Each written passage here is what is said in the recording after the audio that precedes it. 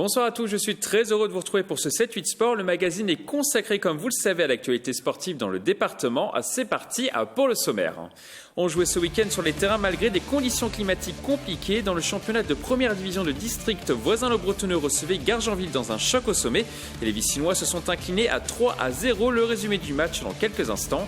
Cyclisme, le gala Star en piste était organisé ce week-end au Vélodrome national de Saint-Quentin-en-Yvelines. Les spectateurs ont pu voir 25 coureurs professionnels s'affronter sur des formats inédits. Nous avons testé le karting électrique à Maurepas, une première en Ile-de-France. Objectif, réduire la consommation d'énergie tout en gardant la performance de ces mini-voitures de course. L'actualité sportive de la semaine, c'est maintenant sur TV 78.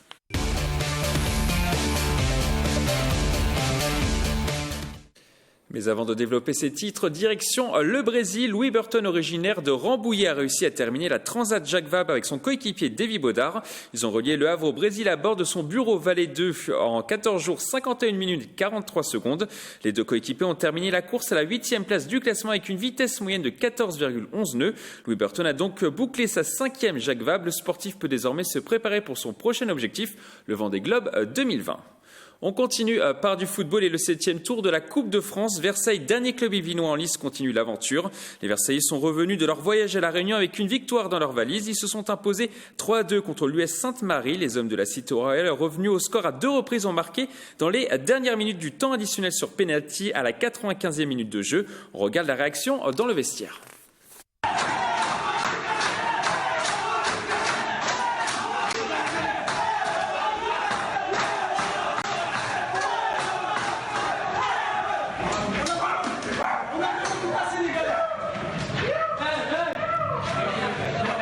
Le tirage au sort du prochain tour aura lieu cette semaine. La rencontre sera programmée le samedi 7 ou le dimanche 8 décembre.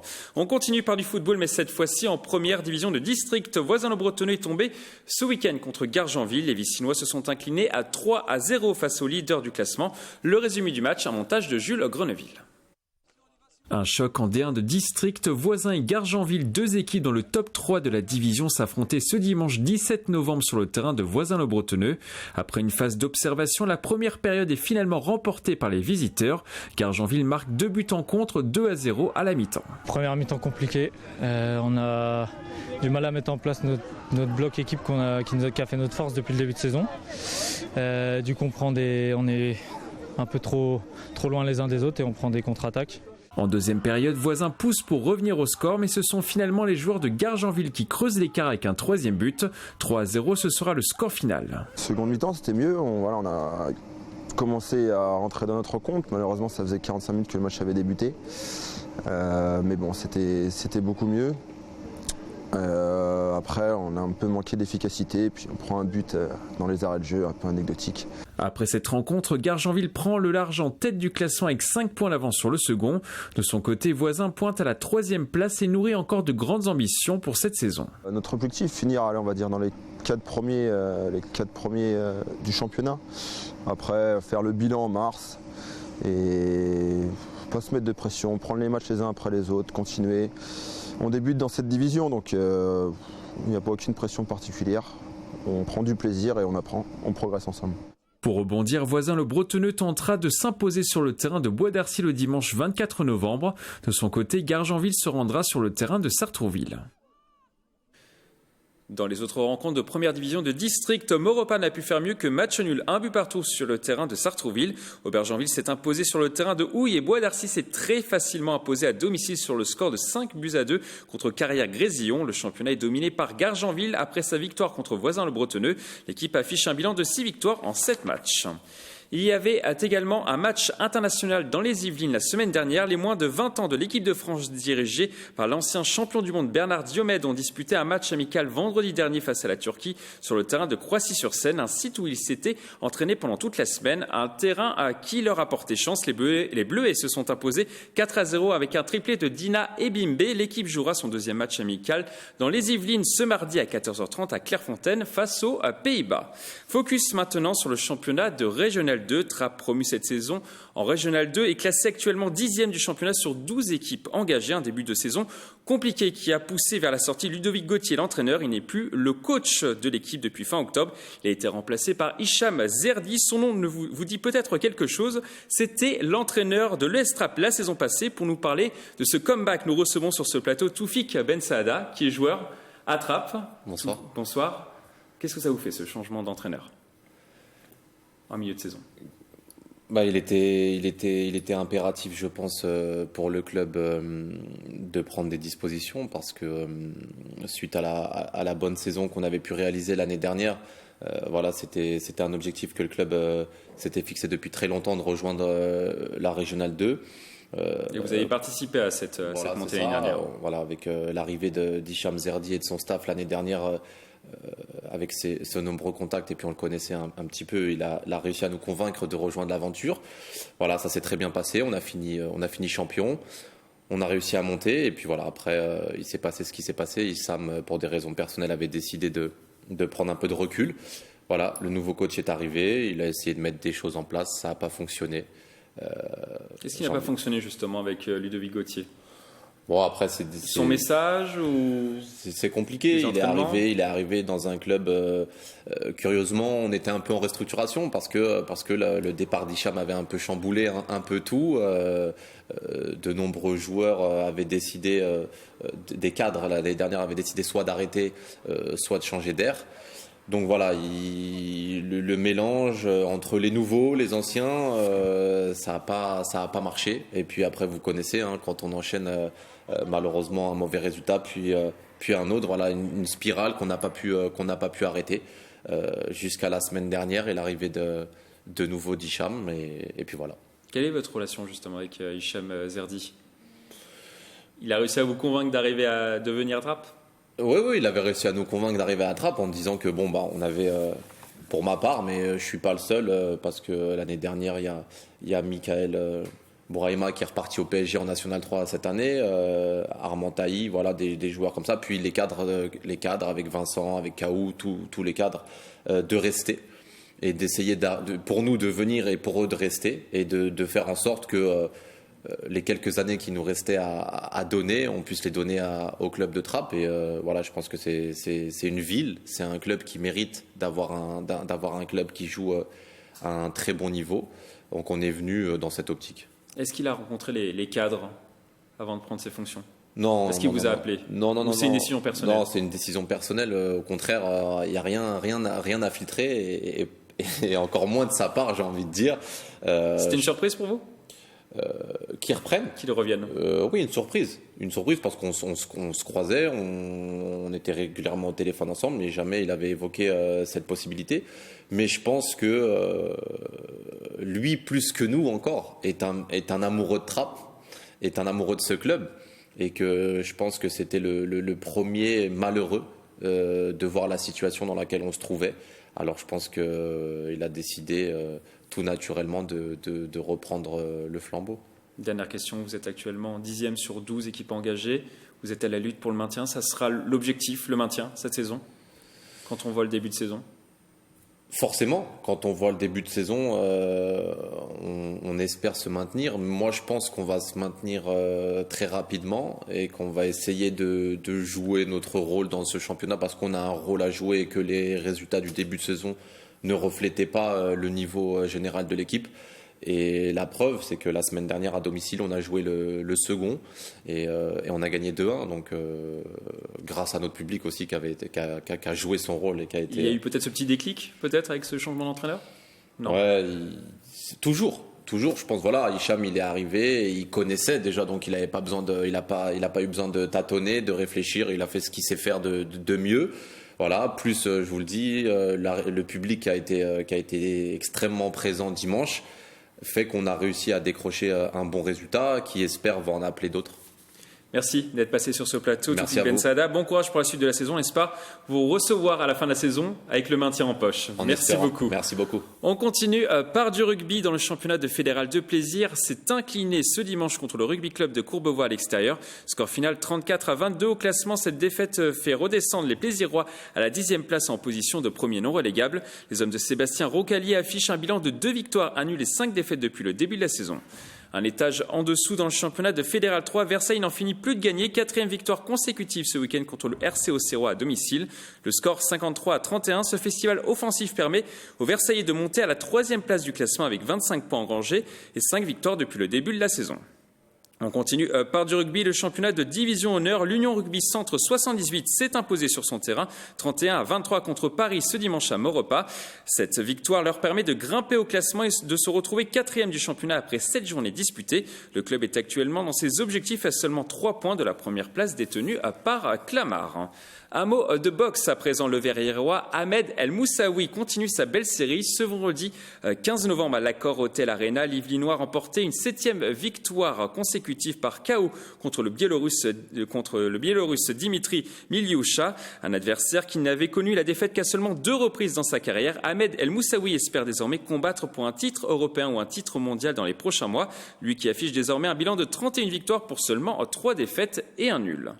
On ouvre maintenant une page cyclisme sur piste. Des coureurs professionnels se sont affrontés ce samedi soir sur la piste du Vélodrome national de Saint-Quentin-en-Yvelines à l'occasion de la 2e édition du gala Star en piste. Des images d'Aurélie Ronze. Une soirée insolite au Vélodrome national de Saint-Quentin-en-Yvelines. 25 professionnels de la piste et de la route se sont affrontés devant plus de 3000 personnes à l'occasion de la 2e édition du gala Star en piste. C'est la fête du vélo, il y a très peu d'organisations cyclisme sur piste qui réunit autant de partenaires, autant de public, autant de ferveur. Donc c'est une super soirée avec beaucoup d'animation. C'est un événement particulier entre les coureurs sur route, les pistards, les féminines. C'est quand même un super rendez-vous pour la région. Pour la piste que je viens aussi m'entraîner ici de temps en temps. C'est vrai que les organisateurs font quelque chose de bien, donc ça nous tient à cœur. Sur la piste, plusieurs épreuves, du scratch et des éliminations ou encore une course à l'américaine. Mais au-delà de l'aspect sportif, les organisateurs voulaient proposer du spectacle au public dans une ambiance familiale, un format qui a convaincu les coureurs. Pour moi qui ai connu des grosses échéances sportives, hein, comme les Jeux Olympiques ou des championnats du monde, c'est vrai que c'est quand même un ton en dessous. Mais bon, aujourd'hui l'état d'esprit c'est bonne ambiance, convivialité, mais bon, on est tous des compétiteurs, donc on va peut-être se bagarrer un peu sur la piste aussi. Ouais. On sort d'un gros cycle de compétition, là c'est vraiment esprit détente et voilà, faire montrer un beau cyclisme et voilà que les gens adorent. Une 3e édition devrait être organisée l'année prochaine, mais cette fois-ci le format pourrait évoluer et durer plusieurs jours consécutifs sur la piste du Vélodrome national de Saint-Quentin-en-Yvelines. Pendant cette soirée du gala Star en piste, les spectateurs ont notamment pu assister à un record. Philippe Poncet, un sportif atteint de bronchopneumopathie chronique obstructive, une maladie des poumons, a réussi à parcourir plus de 27,1 km sous assistance respiratoire. Objectif, sensibiliser le grand public sur sa maladie qui touche 4 millions de personnes en France. On écoute le recordman au micro d'Aurélie Ronze. C'est l'essoufflement, la fatigue, c'est simple. Mettez-vous un sac plastique sur la tête et puis vous essayez de faire 3 tours en courant. Je pense que moi je serai sur la piste mais vous ne serez plus là. C'est juste la 5e dimension, c'est pas un truc normal, c'est pas usuel pour les autres patients, c'est pas fait pour ça.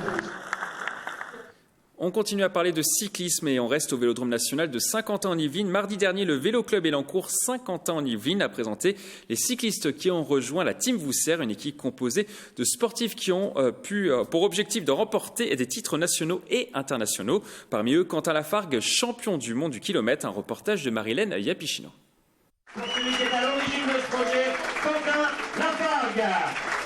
Récemment titré champion du monde du kilomètre, Quentin Lafargue a réuni 3 de ses coéquipiers d'équipe de France au sein de la VCE Sky Team Vousser, dans l'espoir de devenir à terme la première équipe professionnelle de cyclisme sur piste.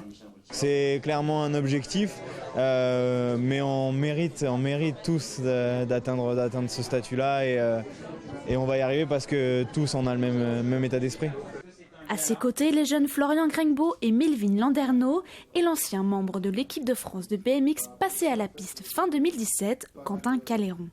C'est vrai qu'avec mes collègues aussi, on s'entend vraiment très bien et on est une équipe, mais on est aussi des bons copains. Donc voilà, c'est surtout ça aussi qui m'a beaucoup plu. De belles recrues pour le Vélo Club d'Elancourt Saint-Quentin en Yvelines qui voit les objectifs en grand. 2 phases, il y a Tokyo 2020. Bien sûr, il y a plusieurs étapes avant Tokyo. Il y a les Coupes du Monde, il y aura les championnats du monde. Et puis après Tokyo, on aura encore les championnats de France, encore des championnats du monde pour nous conduire jusqu'en 2024. L'apothéose doit se faire avec cette équipe en 2024 sur les terres du V6 Sky Team Vousser. Une équipe locomotive pour le club qui compte 37 coureurs engagés pour tenter de faire rayonner le cyclisme saint-quentinois dans l'univers olympique.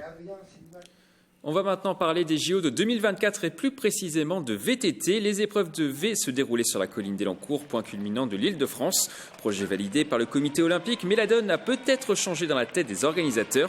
Le site poserait un problème environnemental et des voix s'élèvent contre le coût des travaux. Le niveau de difficulté de la colline d'Elancourt pose également des questions. La commune de Chamonix espère profiter de cette incertitude et serait candidate pour accueillir l'épreuve en 2024 à la place d'Elancourt. On écoute les différentes réactions. Les JO, quand vous avez gagné une compétition, voilà, vous ne remettez pas en cause et vous ne refaites pas une deuxième compétition parce que y a un copain qui aurait bien aimé aussi avoir les JO. Bon, il y a une compétition entre les communes, c'est vrai. Saint-Quentin a 4 sites olympiques, bien sûr que ça fait des jaloux. On le sait, mais on assume. En tout cas, voilà, vous inquiétez pas, c'est un très beau projet. Attendons les prochaines orientations. C'est un circuit exceptionnel. Donc c'est sûr que pour nous, pour le club, ça serait une superbe récompense. Mais je pense que Saint-Quentin-en-Yvelines ne se laissera pas faire.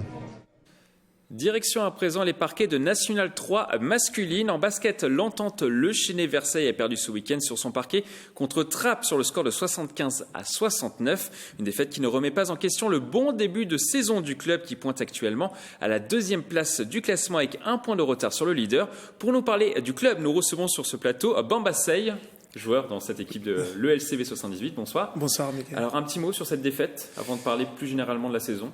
Est-ce qu'elle est méritée ? C'est un match derby. Un match derby, plutôt, c'est un match à part. Donc, c'est un match il faut gagner. Donc là, on a perdu. Mais bon, ça ne change rien. Ça ne change rien sur notre parcours pour l'instant. Vous auriez pu faire mieux sur cette rencontre, à votre avis ? Oui, parce qu'on a manqué d'adresse. Donc, du coup, comme on est une équipe qui est à droite, donc voilà, c'est pour ça que ça joue un petit peu. Alors, vous avez réussi un superbe match, 30 points contre votre ancien club, parce que Trappes était votre ancien club. Exact, c'est ça. Est-ce que vous n'avez pas pu faire la différence, du coup, dans cette partie ? Non, parce que c'est, on n'a pas été bon collectivement, donc du coup, ça a joué, donc on ne pouvait pas faire grand-chose. Est-ce que c'est un avertissement pour la suite de la saison, à votre avis ? Non, je ne pense pas. Non, je ne pense pas que c'est un avertissement. Et en ce moment, on joue bien en basket. Comme je vous ai dit tantôt, c'est un match derby. Un match derby, c'est à part tout le temps. C'est un match qu'il faut gagner. Et donc, on ne l'a pas gagné, mais ça ne change rien du tout sur notre lancée. Alors, on voit le classement justement qui s'affiche à l'écran. Vous êtes actuellement 2e du championnat, je le disais, avec un bilan de 6 victoires pour 2 défaites. Est-ce que vous attendiez un début de saison quasi idéal comme celui-là, en sachant que vous êtes promu dans cette division ? Non. Après moi, ça me surprend pas parce que depuis l'année dernière, on était sur une bonne lancée et là on continue toujours et donc voilà. Donc après, on prend ce qu'on doit prendre et j'espère continuer jusqu'au bout comme ça. Qu'est-ce qui fonctionne si bien dans ce groupe ? Il y a une bonne cohésion d'équipe ? Il y a une bonne cohésion d'équipe et en plus c'est un groupe qui vit depuis très très très longtemps. Le collectif se connaît bien ? Voilà, ils se connaissent très très très bien. Alors je le disais, vous marchez sur l'eau en ce moment, 30 points contre Trappes ce week-end, la meilleure performance de la 8e journée sur la poule. Vous avez également marqué 35 points contre Barjouville. Comment vous expliquez ce regain de forme ? Vous êtes plutôt en fin de carrière, je le précise. Marly-le-Roi, c'est l'envie. C'est l'envie et à chaque fois, je me dis il faut que je me donne à fond. Donc voilà, c'est l'envie qui fait que... Est-ce que vous êtes plus sérieux aux entraînements peut-être ou pas du tout ? Si, je suis sérieux à l'entraînement. Je suis quelqu'un qui lâche rien. Donc voilà. Est-ce qu'il y a eu des réajustements peut-être à votre poste ? Peut-être on vous donne plus la balle ? Peut-être que les précédentes années? Non, en plus là, cette année, il double beaucoup sur moi. Donc, je sors les ballons et après, mes coéquipiers, c'est vrai qu'ils jouent beaucoup avec moi. Et pour l'instant, il y a la réussite et j'espère que ça va continuer. Donc, c'est pour ça que je marque autant de points. Alors, quels sont les objectifs du club cette saison? Le maintien. Le maintien? Le maintien. Quand on voit que l'équipe est deuxième, ce sera le maintien? Le maintien. Le maintien, quoi qu'il arrive. Voilà, quoi qu'il arrive, le maintien. Vous pouvez terminer dans le top 3 quand on regarde le classement. Oui, mais d'abord le maintien. Il faut qu'on se maintienne d'abord et après, s'il y a l'opportunité de terminer en haut de tableau. Vous pensez que c'est possible quand même de monter 2 années consécutives? Bien sûr, ça arrive cette année. Bien sûr, ça peut arriver. Ça peut arriver. Et qu'est-ce qu'il faudra pour terminer le plus haut possible, à votre avis? Continuer à être sérieux à l'entraînement et travailler dur. Voilà. Ce sera le mot de la fin. Bamba Seye, merci d'être passé sur ce plateau. On continuera évidemment à vous suivre tout au long de la saison. On vous souhaite de marquer 30 points à chaque match et de monter la saison prochaine. Merci beaucoup. On va maintenant parler des filles du Chesnay-Versailles en National 2 féminine. Les filles de Vinko Bardic se sont imposées 68-52 sur le terrain du Basket Club Nord-Alsace, les leaders du classement. Cette 6e victoire de la saison permet aux Versaillaises de reprendre la première place du championnat grâce à leur différence de points. Prochain match le 30 novembre prochain sur le terrain de Saint-Amand. Une fois n'est pas coutume, nous allons parler de GRS. Une compétition interdépartementale était organisée au Palais des Sports d'Elancourt ce week-end. Pendant les 2 jours de compétition, 300 compétitrices âgées de 10 à 18 ans sont passées devant un jury. Près d'une vingtaine de clubs étaient présents. Une fierté pour le club local de la GR Elancourt-Morpas. On écoute la présidente du club au micro de Mathilde Demilly. Tous les ans, on essaie d'être présent sur ce type de compétition. Et puis c'est vrai que le Palais des Sports d'Elancourt s'y plaît bien. Donc voilà, on arrive à avoir cette compétition auprès de la fédération de la gymnastique. Et c'est vrai que ça se passe toujours bien. Et nous, pour le club, c'est quelque chose. C'est un événement très important pour notre club, quoi. Cap à présent sur Maurepas, c'est une première en Ile-de-France. Un circuit a mis en service cette année des kartings électriques pour remplacer ses anciens véhicules thermiques. Objectif, réduire la consommation d'énergie tout en gardant la performance de ces mini-voitures de course. Nous nous sommes rendus sur place pour tester ces bolides.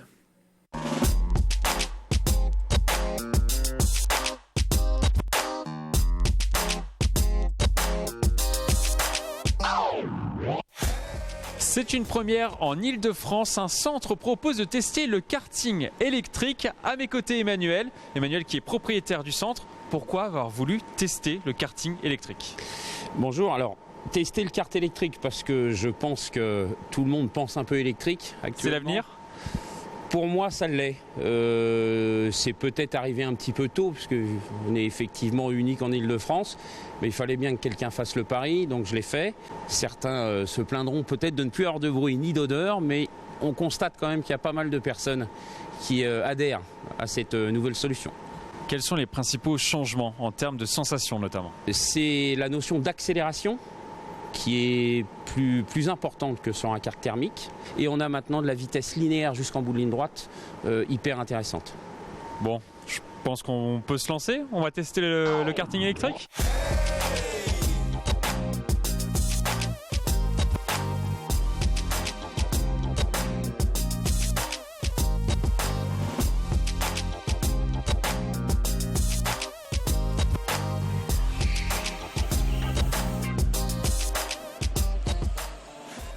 Première sensation, c'est pas trop mal, hein. On voit pas trop la différence avec un karting classique, sauf peut-être à la réaccélération.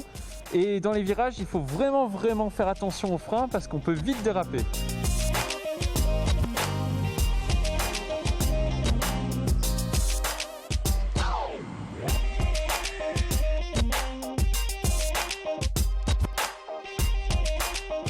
Merci beaucoup pour cette session. Est-ce que ça coûte cher ou pas, un circuit comme celui-là et des kartings comme cela? Alors, un kart thermique va coûter environ un peu moins de 6 000 € hors taxe. Un kart électrique va coûter plus de 15 000 € hors taxe. On peut rouler à partir de 12 € lorsqu'on a une carte club. Merci beaucoup et je crois que je vais reprendre quelques cours quand même et je vais revenir ici sur ce circuit pour m'entraîner.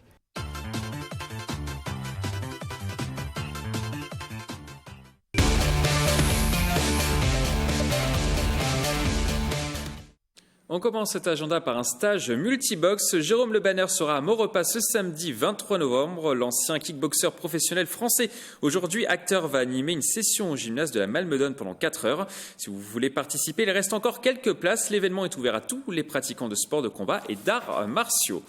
Il y aura également du handball ce week-end. Montigny-le-Bretonneux va tenter de se reprendre après 2 défaites consécutives en National 2 féminine. Les Illymontaines se rendront ce samedi à 23 novembre à 21h sur le terrain de Patronage Lake Granville. Une équipe qui lutte pour sa survie dans la division. Une victoire permettrait à Montigny-le-Bretonneux d'intégrer le top 3 du classement. Toujours en handball, on jouera également dans le championnat de National 3 masculine. Plaisir se déplacera sur le terrain d'Aubervilliers ce samedi 23 novembre à 18h30. Une rencontre déjà capitale pour le club après avoir failli descendre l'année dernière. Les Plaisirois sont encore en difficulté cette saison. Ils sont à l'heure actuelle 10e sur 12 et flirtent encore avec la zone de relégation. Une victoire contre le 6e serait une bouffée d'air au classement. On va se quitter par une triste nouvelle pour le monde du cyclisme. Mercredi dernier, Raymond Poulidor est décédé dans la nuit à l'âge de 83 ans. Même s'il n'a pas gagné le Tour de France, celui que l'on surnommait Poupou avait gagné le cœur des Français. Nous l'avions rencontré à plusieurs reprises. Dernier passage en mars dernier, c'était à la Foire de Château avec une séance de dédicace. Je vous propose d'écouter un extrait de son intervention et la réaction de la Fédération française de cyclisme. On retrace évidemment ensemble, en parole, l'ensemble de ma carrière et la conversation vient souvent avec Jacques Anquetil qui est toujours présent, ce fameux duel avec Jacques Anquetil, et toujours on me pose la question, comment se fait-il que vous n'avez pas gagné plusieurs Tours de France ? C'est une grande tristesse, c'est le sentiment de perdre vraiment quelqu'un de la famille du cyclisme, parce que Raymond Poulidor était très présent encore dans notre cyclisme à travers les représentations qu'il pouvait faire dans les manifestations, sur le Tour de France, à plein d'endroits. On avait de multiples occasions de croiser Raymond Poulidor et à chaque fois de mesurer à quel point le sport cycliste avait pu être transcendé par sa popularité. C'était juste incroyable de voir 40, 50 ans après sa carrière, comment de partout où il passait, il était toujours aussi aimé, toujours aussi sollicité et finalement toujours aussi connu. C'est la fin de cette émission. Très belle soirée sur TV 78.